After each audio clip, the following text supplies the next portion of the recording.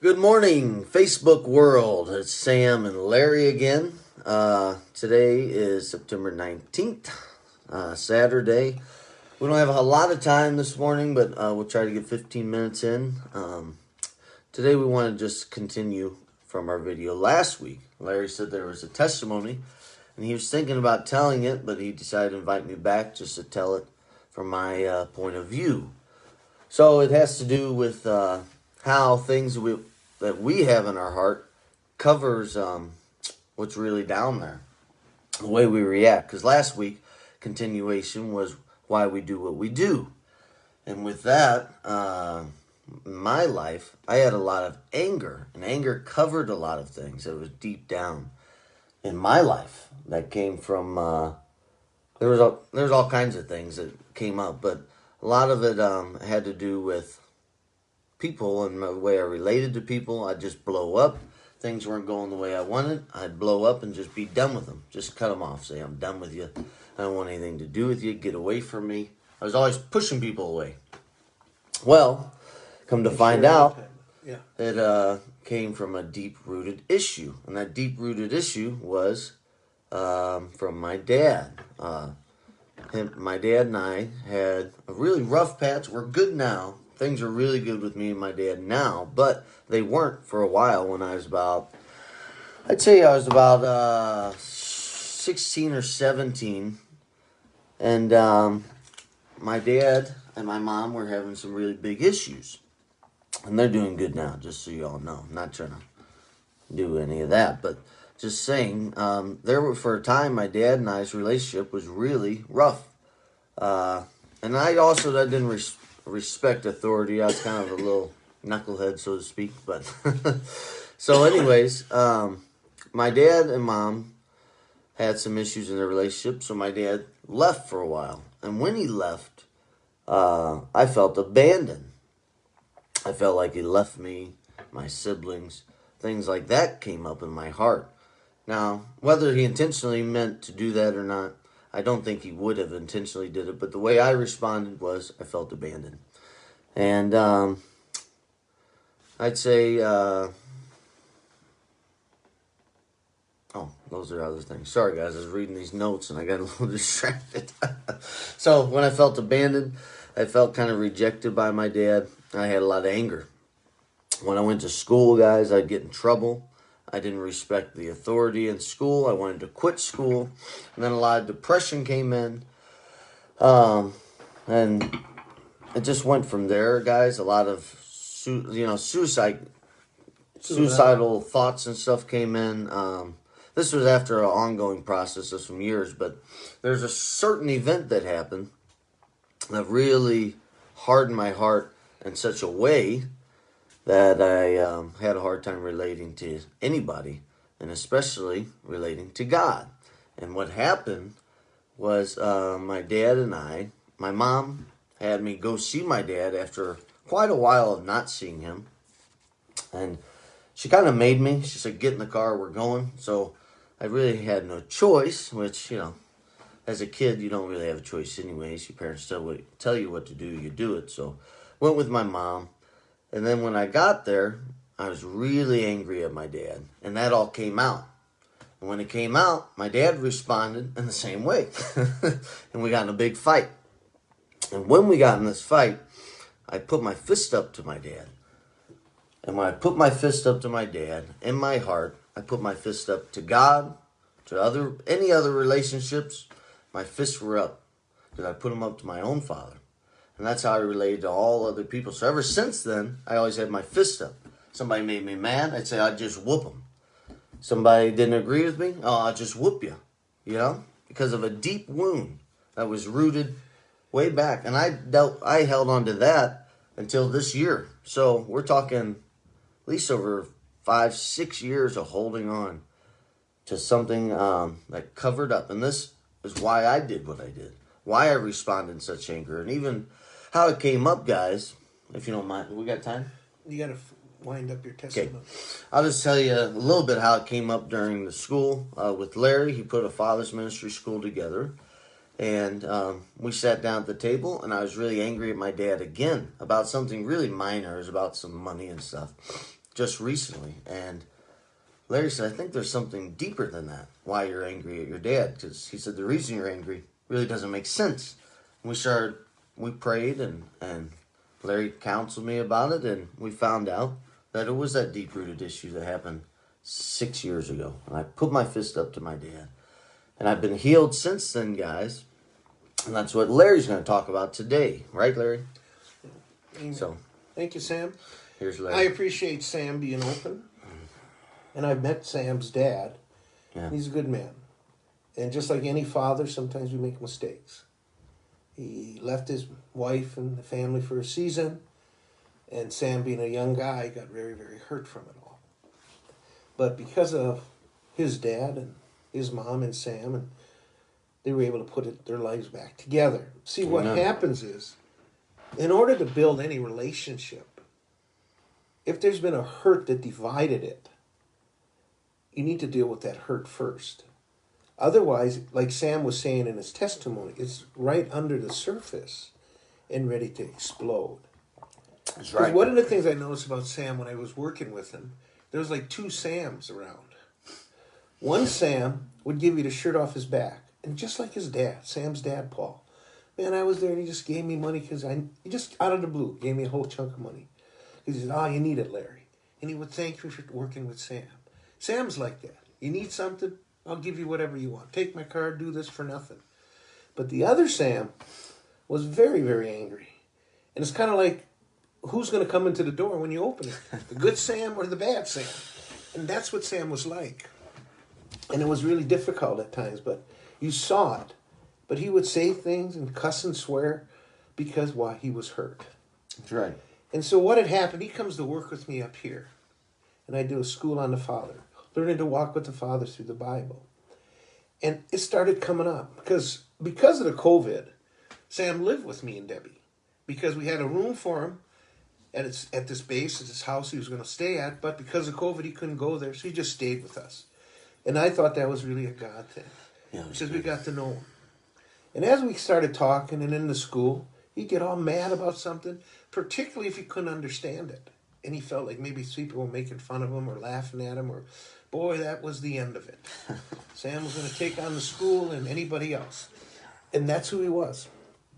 So when he came to the school, in order to have the relationship better with his dad, he needed to deal with it. See, what happens to us in our lives, something happens in the past, a memory. And what had happened with Sam with his fist up in the air, the anger was implanted in his heart because he was really hurt by his dad. And the deep issue, he felt his dad left him, left his mom. And for Sam, that was it. You're a no good bum. I don't want nothing to do with you. Right. And he only went to see his dad because his mom forced him. But he was done with his dad.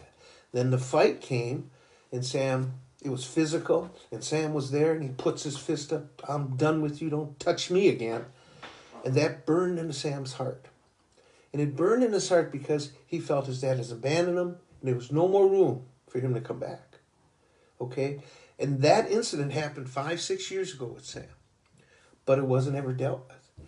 And he really struggled with authority. Anytime somebody asked him to do something, he'd look at him and wonder, and he thinks he's lying, he's got something against me, he's going to do something. So he was always cautious. And it didn't take him much to get him upset. Go to the gas station. Somebody looks at him the wrong way or doesn't wait on him right away. Oh, that guy, and boom, he's done.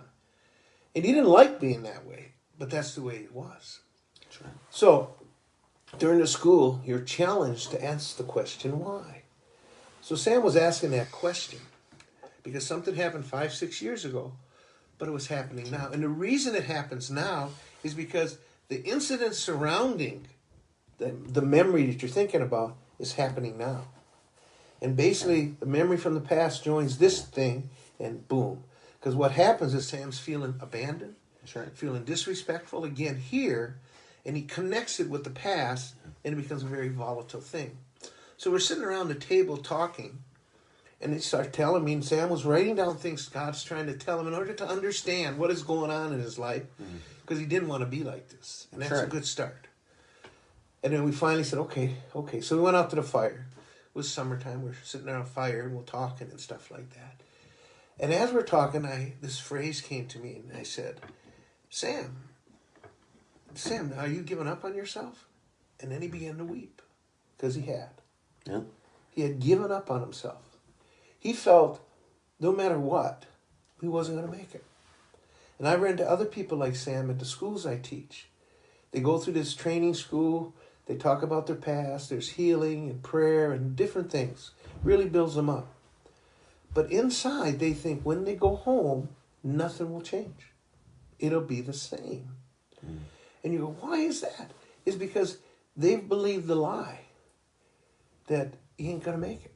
Sam believed he wasn't going to make it. That's right. And that's why he turned suicidal and depression, because he wasn't going to make it. What was the sense? What was the hope? There wasn't any. Right? So this started coming up, but it also linked with that he felt God gave up on him. That's right. And when you think that God would give up on you, the other thing is you're probably thinking you end up in hell. Now he's going to try, because he did love God when there was a good Sam. The bad Sam, he didn't like anybody. But the good Sam loved God. And he wanted to do what's right, but he felt he ain't going to make it anyway. And he felt God had gave up to him. And he's beginning to cry and start to wail about the whole thing. So usually I just let that happen, because the emotions are healing in many of our lives. And then all of a sudden he gets this phrase popped in his mind. And I felt it was God, and so did Sam. He said that he felt God spoke to him, I'll never give up on you, Sam. And then he lost it again. Yeah, I did. Losing it now. Yeah. And it wasn't just his own mind, because he wouldn't have thought that. It was God somehow communicating to Sam, I'll never give up on you. And I really believe that a lot of people struggle with that. And that's why they lose hope, because they figure, I'm not going to make it anyway. And they begin to give up on themselves. Give up on God and give up on whoever. Because you've been betrayed, you've been abandoned, whatever the situation might be. And therefore, you're done. And that was Sam's situation. He had felt God had gave up on him. He felt others gave up on him. And God and Sam gave up on him. And there's nobody else left. And yet he was a good guy. Now, that was a major time in Sam's life. It's like surgery. God cut out the pain. But he's still got old habit patterns. That's right. It's like his brain was trained to go a certain way and do a certain thing. This happens, I do this. This happens, I hit him. That's right. right. It's all like that. Now, he knew that wasn't like. He needed a change. But inside Sam, this pattern was so strong that it actually became his identity. Sam's identity was, somebody don't mess with me. And I'm a tough guy. And I'm going to do this and I'm going to do that. And that was Sam's identity. I'm a cowboy, and nobody stomps on me, or I'll stomp on their head. I got my boots on, buddy. And that was his identity. That's how he felt he was. And if you were his friend, he'd do the same for you. I was with him, and we had to go someplace, and he would say things, Larry, I'll protect you, Larry. I got my gun. I'm thinking, I'm going to the grocery store, for goodness sake. Who's going to jump me? You know? But he was like that. And with my wife, Debbie, he was going to protect Debbie. And that's a great heart. But you know what I'm saying? That's not the way we're to work. So as that happened, what's been going on in Sam's life, his language is changing. His reactions are changing. And I just had another talk with him, and he says, I'm just not going to think that way, Larry, but it's hard for me. So he's very honest and very open about it. And then I'll correct him, and he gets mad because I correct him. He'll say stuff. I was talking about some of his attitudes at the table once. We're eating breakfast, and he goes, Larry, take your banana and back away. I mean, he says to me. Eat your banana and back off. Yeah. And, so obviously, that's not complete work yet. But then there was disrespect and memories. And a bad memory like that just gets added and added and added and added. And before you know it, changes the very person God created Sam to be. That's right. But God had a place. God had a plan. And when Sam began to realize God's love, he was willing to change. Amen. In the Bible, it talks about areas of darkness in our life. Not necessarily sin, but areas that affect us so much that they affect who we are in what we're going to become. These areas of darkness are covered by fear, anger, shame, denial, and pride. They cover. So we cover the pain with one of those. It's like when you ask somebody, is anything wrong? And they go, no, I'm fine. You just hit me for no reason. Or you're just cussing me out for no reason. You can't even get in school. They found out in school, for example, kids' parents that leave them and maybe go to prison before they're 5 have tremendous discipline problems in school. They're always under school discipline or school punishment, they say. Why? Because their father's gone. Are they a bad kid or a bad girl? No. What happens is they feel abandoned, just like Sam. Abandoned, disrespectful. And that was a big thing for Sam. He felt disrespected. Nobody cared about me. Nobody cared what I felt. And I've talked to other people like that. They go, really? Yeah. So nobody cared. They did what they wanted. I'm the one suffering. And that was his words that came out of his mouth. So he's really hurtful. But I wanted to finish Sam's testimony because I think Sam's life can speak to you and what God did in his life. I've known him for about 3 years now. He's full-time with me. And you know what happened? Because God touched him. He said, go work with Larry in the Father's ministry. And he's being healed. Amen. He's serving the community now like he always did. His attitudes are getting better. He's a likable guy. And people are starting to like him, and he's beginning to grow. He's still got some issues, but then he's working on it. And I really feel this message is for people out there who are giving up hope, that nobody's got their back, nobody's behind them, nobody cares about them. That is not true. That's right. There's people that care about you out there probably, as well as there's a God in heaven, which we call our Father, who cares about you. Sam's a walking testimony. So next week, I'm going to be recording from Mendocino, California. I'll be speaking in a school on the Father Heart of God. And hopefully I'll get some time towards the end or during the week, and I'll do a short video again, and I'll share about areas of darkness and why we do what we do. We just begin in the subject, and I'll have some more testimonies. And please come back, because I do believe this message is for somebody out there who has a very low self-image. So that's all for today. Thank you for listening. Yeah. This is my good friend Sam. Thank you, Larry. Thank you, Larry. You have a closing word or something, Sam? Yeah, just real quick. Just so you guys know, not that it makes a big difference, but that happened 8 years ago, that incident with my dad. I was just in my mind doing the math of it. Well, that seems a little not too long ago. It was 8 years ago, but that's it. God bless you guys.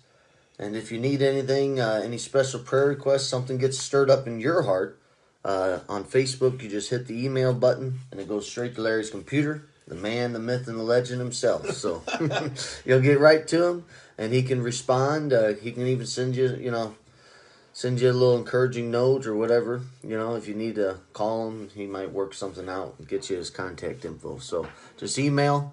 It's on Facebook. Just hit email now or send a message. God bless you guys. We'll talk to you all next week. Amen.